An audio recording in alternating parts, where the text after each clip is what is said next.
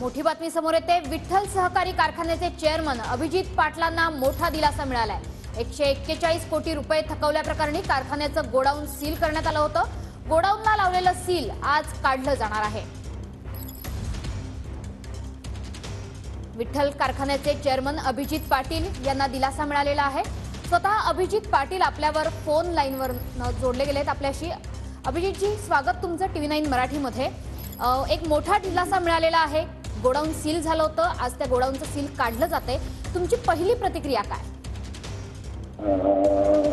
महत्वाचं ताई असं होतं की कारखान्याचं जे जुनं संचालक मंडळ होतं त्यांनी ते कर्ज थकवलं होतं आणि 2021 पासून कारवाई सुरू होती आणि आता शासनाने आम्हाला त्या ठिकाणी मदत केल्यामुळे बँकेने कोर्टामध्ये सकारात्मक त्या ठिकाणी भूमिका घेतली आणि न्यायालयानं त्या ठिकाणी कुलूप उघडण्याचे आदेश दिले।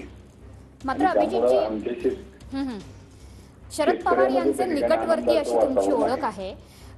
यापूर्वी तुम्ही जी भूमिका घेतलेली आहे माढा लोकसभा संदर्भातली की रणजितसिंह निंबाळकर आणि सोलापूर लोकसभा मतदारसंघातले राम सातपुते यांना पाठिंबा दिल्याचं तुम्ही जाहीर केलं आणि लगोलग अशा प्रकारचा दिलासा तुम्हाला मिळतोय। राजकीय वर्तुळात अर्थातच याबद्दलच्या प्रतिक्रिया आता उमटणार आहेत, याकडे कसं बघता? नाही, राजकीय वर्तुळातला ह्याचा काही विषय नाही। हे 2021 पासून सुरू असलेली कारवाई होती। अचानकरित्या त्या ठिकाणी स्टे उठला होता आणि बँकेने अग्रेसिव्ह मोड होती। बँकेला आम्ही विनंती केली, परंतु मायबाप सरकारला त्या ठिकाणी विनंती केल्यानंतर सरकारने तशा आम्हाला दिलासा दिला आणि त्यातून हा मार्ग निघाला। आमचा महत्वाचा विषय असा होता की साखर कारखाना सुरू राहायला पाहिजे। शेतकरी 30,000 आहेत, त्यांना दिलासा राहिला पाहिजे आणि शेतकऱ्याचे जे आता बिल आहेत ते देण्यासाठी आमचा मार्ग मोकळा झाला। नक्कीच, त्याच्यामुळे हा दिलासा तर तुम्हाला मिळालेलाच आहे। यासोबतच आपण गेल्या काही दिवसातल्या राजकीय घडामोडी जर बघितल्या तर जसं मी म्हटलं की शरद पवारांचे तुम्ही निकटवर्ती अशी राजकीय वर्तुळात ओळख आहे, मात्र भाजपशी साधली गेलेली जवळीक याचीही याला पार्श्वभूमी आहे अशी विरोधकांकडून टीका होण्याची शक्यता आहे।